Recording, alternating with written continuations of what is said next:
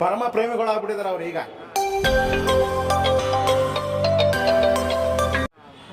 ಅವ್ರು ಮುಂದೆ ಹಂಗೆ ಇರ್ಲಿ ಅಂತಲೇ ನಮ್ಮ ಆಸೆ, ಮುಂದೆ ಹಂಗೆ ಇರ್ಲಿ ಅಂತಲೇ.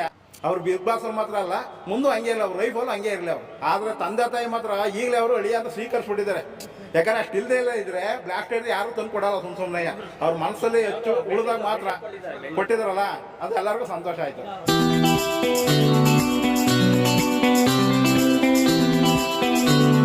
ಜೊತೆಲೆಲ್ಲ ಇರೋರೆಲ್ಲ ಒಂದು ಆಟ ಆಡ್ತವ್ರೆ, ಯಾರು ಗೆಲುವು ಇರುತ್ತೆ ಅವ್ರಿಗೆ ಗೆಲ್ಲಿ ಸರ್, ಅದೇನಿಲ್ಲ. ನಮ್ಗೆ ಅವರು ಇವರು ಅಂತ ಏನು ವಾದ ಇದೆ ಇಲ್ಲ ಸರ್ ಅದ್ರ ಬಗ್ಗೆ. ಇಷ್ಟ ಅಂತ ಹೇಳ್ಬೇಕು ನಾವು ಆದ್ರೆ ಅದು ಬಿಗ್ ಬಾಸ್ ನೋಡಲ್ಲ, ನೋಡೋರು ಅಂತ ಆಟ ಆಡ್ತಾವ್ರೆ, ಆಟ ಆಡೋರಿಗೆ ಗೆಲ್ಲೋರು ಇಷ್ಟ ಸರ್. ಅದ್ರ ಬಿಗ್ ಬಾಸ್ ಇಷ್ಟನಾ ಇಲ್ವಾ ನಿಮಗೆ? ನಂಗೆ ಬಿಗ್ ಬಾಸ್ ಯಾವತ್ತೂ ನೋಡಿಲ್ಲ ಸರ್, ನಾನು ನೋಡೇ ಇಲ್ಲ ಸರ್. ನಾನು ಮಾತಾಡಬಾರ್ದು ಆಯ್ತಲ್ಲ, ಇರ್ಲಿ ಓಕೆ ಮಾಡಬೇಕು ಸರ್. ಚೆನ್ನಾಗಿ ಬರ್ತಾಯಿದೆ, ಮೂಡು ಬರ್ತಾಯಿದೆ ಚೆನ್ನಾಗಿ. ಆದ್ರೂ ಟಾಸ್ಕ್ಗಳು ಚೆನ್ನಾಗಿ ಮಾಡ್ತಾರೆ. ಅಶ್ವಿನಿ ಗೌಡಂದು ಟಾಸು ಮಾಮೂಲಿ ಚೆನ್ನಾಗಿ ಬಂದರೆ ಚೆನ್ನಾಗಿ ಬರೋದು.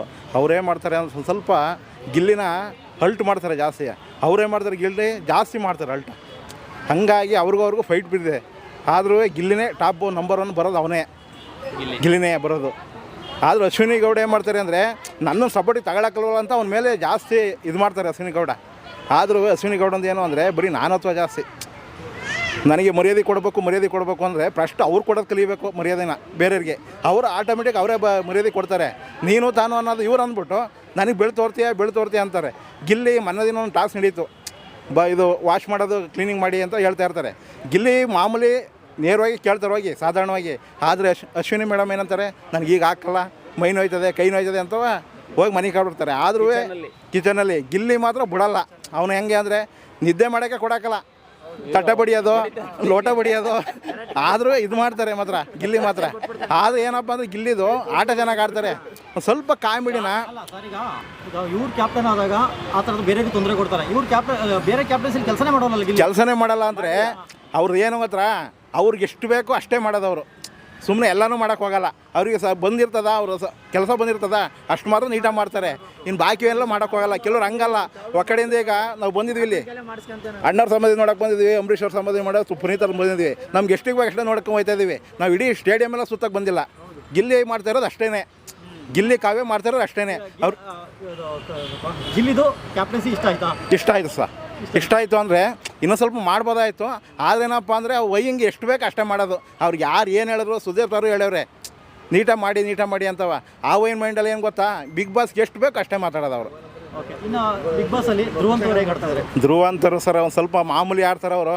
ಅವ್ರು ಏನಪ್ಪ ಅಂದ್ರೆ ಅವರು ರಕ್ಷಿತನ ಮೇಲೆ ಡಿಪೆಂಡ್ ಆಗಿಬಿಟ್ಟಿದ್ದಾರೆ. ಆ ಹುಡುಗಿರ ಪಾಪ ಭಾರಿ ಗೋಳ್ವಿಕತ್ತಾರೆ. ಅದಕ್ಕೆ ಕನ್ನಡ ಕರೆಕ್ಟಾಗಿ ಮಾತಾಡೋಕ್ಕೆ ಬರೋಕ್ಕಲ್ಲ. ಅಂದರೆ ನಾವು ಮಾತಾಡಿದ ಅವ್ರಿಗೆ ಅಮ್ಮಂಗೆ ಅರ್ಥ ಆಗಲ್ಲ. ಆದರೆ ಪಾಯಿಂಟ್ ಕರೆಕ್ಟಾಗಿ ಆಗ್ತದೆ ಅಮ್ಮ.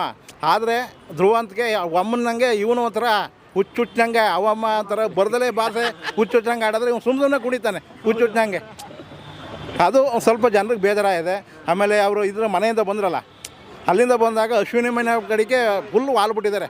ಅವ್ರು ಆಟ ಆಡೋಕ್ಕೆ ಬಂದಿಲ್ಲ, ಅವ್ರಿಗೆ ಸಪೋರ್ಟ್ ಕೊಡೋದು, ಗಿಲ್ಲಿ ರೇಗ್ಸೋದು, ಈ ಥರ ಎಲ್ಲ ಮಾಡ್ಕೊಂಡು ಅವರು ಸ್ವಲ್ಪ ಓವರ್ ಆಗಿಬಿಟ್ಟಿದ್ದಾರೆ. ಅವ್ರು ಗೆಲ್ಲಕ್ಕೆ ಬಂದಿಲ್ಲ, ಅಶ್ವಿನಿ ಮೇಡಮ್ ಸಪೋರ್ಟ್ ಮಾಡೋಕ್ಕೆ ಬಂದಿದ್ದಾರೆ.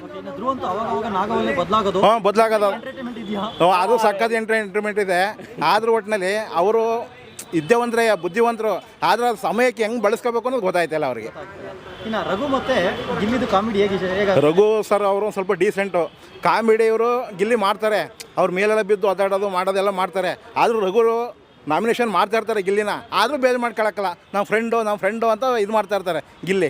ಆದರೂ ರಘು ಮಾತ್ರ ಡೀಸೆಂಟ್ ಪಾಲ್ಟಿ. ಅವರು ಚೆನ್ನಾಗಿ ವರ್ಕ್ ಮಾಡ್ತಾರೆ. ಅಂದರೆ ಗಿಲ್ಲಿ ಎಲ್ಲ ಕಡೆಗೂ ಬ್ಯಾಲೆನ್ಸ್ ಮಾಡ್ತಾರೆ. ಈ ಕಡೆಯಲ್ಲೂ ಇರ್ತಾರೆ, ಆ ಕಡೆಯಲ್ಲೂ ಇರ್ತಾರೆ, ಆ ಕಡೆಯಲ್ಲೂ ಈ ಕಡೆಯಲ್ಲೂ ಇರ್ತಾರೆ. ಇನ್ನು ಕಾವ್ಯನೂ ಅಷ್ಟೇ, ಕಾವ್ಯನ ಗಿಲ್ಲಿ ಉಳಿಸ್ಕೊಂಡು ಹೋಗ್ತಿದ್ದಾರೆ. ಅದು ಮಾತ್ರ ಪರ್ಫೆಕ್ಟು. ಈ ನಾಮಿನೇಷನ್ ಬಂತಲ್ಲ, ನಾಮಿನೇಷನಲ್ಲಿ ಅವರು ವಿರುದ್ಧವಾಗಿ ಬೇಕಾದ್ರೆ ಒಂದಾರು ಮಾಡ್ಬೋದಾಯಿತು, ಕಾವ್ಯನ ಇದು ಮಾಡ್ಬೋದಾಯಿತು. ಆದರೆ ಏನಪ್ಪ ಅಂದ್ರೆ ಅವರು ಪರಮ ಪ್ರೇಮಿಗಳಾಗ್ಬಿಟ್ಟಿದ್ದಾರೆ ಅವ್ರು ಈಗ. ಅವ್ರು ಮುಂದೆ ಹಂಗೆ ಇರಲಿ ಅಂತಲೇ ನಮ್ಮ ಆಸೆ, ಮುಂದೆ ಹಂಗೆ ಇರಲಿ ಅಂತಲೇ. ಅವ್ರು ಬಿಗ್ ಬಾಸಲ್ಲಿ ಮಾತ್ರ ಅಲ್ಲ, ಮುಂದೆ ಹಂಗೆ ಇಲ್ಲ, ಅವ್ರು ಲೈಫಲ್ಲೂ ಹಂಗೆ ಇರಲಿ ಅವರು. ಮೊನ್ನೆ ಫ್ಯಾಮಿಲಿ ರೌಂಡ್ ಆಯಿತು. ಕಾವೇರಿ ಅಪ್ಪ ಬಂದಿದ್ರು, ಗಿಲ್ಲಿಗೆ ಬ್ರಾಸ್ಲೆಟ್ ಗಿಫ್ಟ್ ಕೊಟ್ಟಿದ್ದಾರೆ. ಗಿಲ್ಲಿ ಅವರು ಅದು ನನಗೆ ಎಂಗೇಜ್ಮೆಂಟಿಗೆ ಕೊಟ್ಟಿರೋದನ್ನು ಮಾವ ಅಂತ ಹೇಳ್ತಾರೆ. ಹೌದು, ಯಾಕಂದರೆ ಕಾವ್ಯ ಮೇಡಮ್ ಅವರು ಇಷ್ಟಪಟ್ಟವರು ಪಟ್ಟಿಲ್ಲೋ ಗೊತ್ತಿಲ್ಲ. ಗಿಲ್ಲಿ ಮಾತ್ರ ಸಖತ್ ಇಷ್ಟಪಟ್ಟಿದ್ದಾರೆ ಆದರೆ ತಂದೆ ತಾಯಿ ಮಾತ್ರ ಈಗಲೇ ಅವರು ಅಳಿಯ ಅಂತ ಸ್ವೀಕರಿಸ್ಬಿಟ್ಟಿದ್ದಾರೆ. ಯಾಕಂದರೆ ಅಷ್ಟು ಇಲ್ಲದೆ ಇಲ್ಲ ಇದ್ದರೆ ಬ್ಲಾಸ್ಟರ್ ಯಾರೂ ತಂದು ಕೊಡಲ್ಲ ಸುಮ್ಮನೆ ಅವ್ರ ಮನಸ್ಸಲ್ಲಿ ಹೆಚ್ಚು ಉಳಿದಾಗ ಮಾತ್ರ ಕೊಟ್ಟಿದ್ದಾರಲ್ಲ, ಅದು ಎಲ್ಲರಿಗೂ ಸಂತೋಷ ಆಯಿತು. ಲಾಸ್ಟ್ ಟೈಮ್ ನಾವು ಗಿಲ್ಲಿ ಅವ್ರ ಅಪ್ಪ ಅಮ್ಮನ ಇಂಟರ್ವ್ಯೂ ಮಾಡಿದಾಗ ಕೇಳಿದ್ರು ಕಾವ್ಯ ನಿಮ್ಮ ಮನೆ ಸೆಸೆಗೆ ಬಂದರೆ ಓಕೆನಾ ಅಂತ. ಅವ್ರು ಓಕೆ ಅಂತ ಹೇಳಿದ್ರು. ಕಾವ್ಯ ಅಪ್ಪ ಅಮ್ಮಗೆ ಓಕೆ, ಇನ್ನು ಕಾವ್ಯಗೊಂದು ಓಕೆ ಆದರೆ ಪಕ್ಕನ ಅದಾದರೂ ಒಳ್ಳೇದು ಸಹ, ನಾವೆಲ್ಲ ಖುಷಿ ಪಡ್ತೀವಿ. ಯಾಕಂದರೆ ಅವನು ಬಡವ್ರ ಮನೆ ಹುಡುಗ. ಆದರೆ ಕಾವ್ಯಂದು ಇತಿಹಾಸ ನಮಗೆ ಗೊತ್ತಿಲ್ಲ, ಅವ್ರ ಬಗ್ಗೆ ನಾವು ಏನು ಮಾತಾಡಲ್ಲ. ಆದರೆ ಇವನು ಗಿಲ್ಲಿ ನಮ್ಮಂಗೆ ಬಡವ್ರ ಮನೆ ಬಂದಿರೋ ಹುಡುಗ. ಆದರೂ ಜೋಡಿ ಮಾತ್ರ ಸೂಪರ್ ಆಗಿರುತ್ತೆ ಮಾತ್ರ.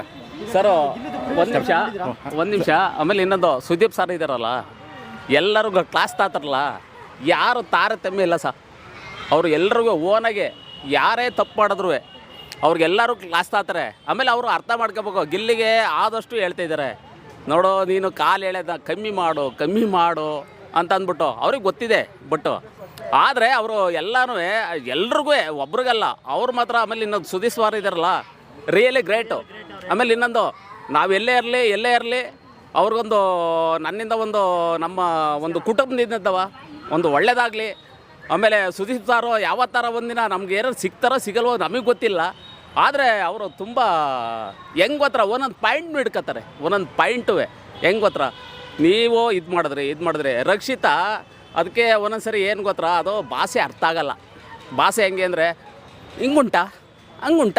ಆಮೇಲೆ ಲಾಸ್ಟ್ ಮೂಮೆಂಟು ಫೈನಲ್ಲಿ ಇದು ಏನಾರು ಕೇಳ್ತಾಯಿದ್ರೆ ಇಲ್ಲೇ ಹಿಂಗೆ ಸುಮ್ಕಾಗ್ಬಿಟ್ಟು ಆಯಿತು ಅಂತ ಅಂದ್ಬಿಟ್ಟು. ಆಮೇಲೆ ಇನ್ನೊಂದು ಧ್ರುವ್ ಅಂತಿದ್ದಾರಲ್ಲ, ಧ್ರುವ್ ಅಂತೂ ಇತ್ತೀಚೆಗೆ ಮಾತ್ರ ವರ್ಕ್ ಮಾಡ್ತಿದ್ದಾರೆ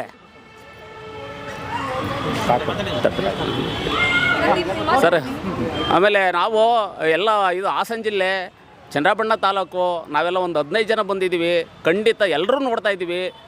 ದಿನನಿತ್ಯ 11 ಗಂಟೆ ರಾತ್ರಿ ಗಂಟೆ ನೋಡ್ತಾ ಇದ್ದೀವಿ. ಆಮೇಲೆ ಇನ್ನೊಂದು ನಮ್ಮ ಟೈಮು ವೇಸ್ಟ್ ಮಾಡ್ಕೊಂಡು ನೋಡ್ತಾ ಇದ್ದೀವಿ. ಎಲ್ಲರೂ ಚೆನ್ನಾಗಿ ಆಡ್ತಿದ್ದಾರೆ.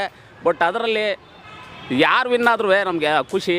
ಆಮೇಲೆ ಗಿಲ್ಲಿಯವರು ಒಂಚೂರು ಆಟದಲ್ಲಿ ಒಂದು ಸ್ವಲ್ಪ ಕಾಲು ಎಳೆದು ಒಂಚೂರು ಕಮ್ಮಿ ಮಾಡಿದ್ರೆ ಅವ್ರು ಖಂಡಿತ ವಿನ್ ಆಗ್ತಾರೆ ಅಂತ ನನ್ನ ಒಂದು ಅನಿಸಿಕೆ. ಅವರು ಇವಾಗ ಏನು ಗೊತ್ತಾ ಸರ್, ಸುದೀಪ್ ಸರ್ ನಡೆಸ್ತಾ ಇದ್ದಾರೆ ಅಂದರೆ ಸುದೀಪ್ ಸಾವ್ರಿಂದಲೇ ಬಿಗ್ ಬಾಸ್ ನಡೀತಾ ಇರೋದು. ಯಾಕಂದರೆ ಅವರ ಥರ ಪೀಚ್ ಕೊಡೋಕ್ಕಿನ್ನು ಯಾರ ಕೈಲೂ ಆಗಲ್ಲ. ಯಾಕಂದರೆ ಒಂದು ಪಾಯಿಂಟ್ನು ಮಕ್ಳಿಗೆ ಹೇಳ್ದಂಗೆ ಹೇಳ್ತಾರೆ. ಪ್ರತಿ ಭಾನುವಾರ ಶನಿವಾರ ಬಂದರೆ ಮಕ್ಳಿಗೆ ಹೇಳ್ದಂಗೆ ಹೇಳ್ತಾರೆ, ಈ ಥರ ಆಡಿ ಅತಿ ಅಂತವ. ಆದರೂ ಸುದೀಪ್ ಸರ್ ಇಲ್ಲದೆ ಇರೋದು ಮಾತ್ರ ಪ್ರೋಗ್ರಾಮ್ ಈಗ ಹೋದವಾರ ಬರಲಿಲ್ಲ ಸುದೀಪ್ ಸರು. ಆದರೂ ಏನೋ ಪ್ರೋಗ್ರಾಮ್ ನೋಡೋಕ್ಕೆ ಅಂತಾರೆ ಇಷ್ಟ ಆಗಲಿಲ್ಲ. ಸುದೀಪ್ ಸರ್ ಈ ವಾರ ಬಂದರು, ಭಾರಿ ಇಷ್ಟ ಆಯಿತು.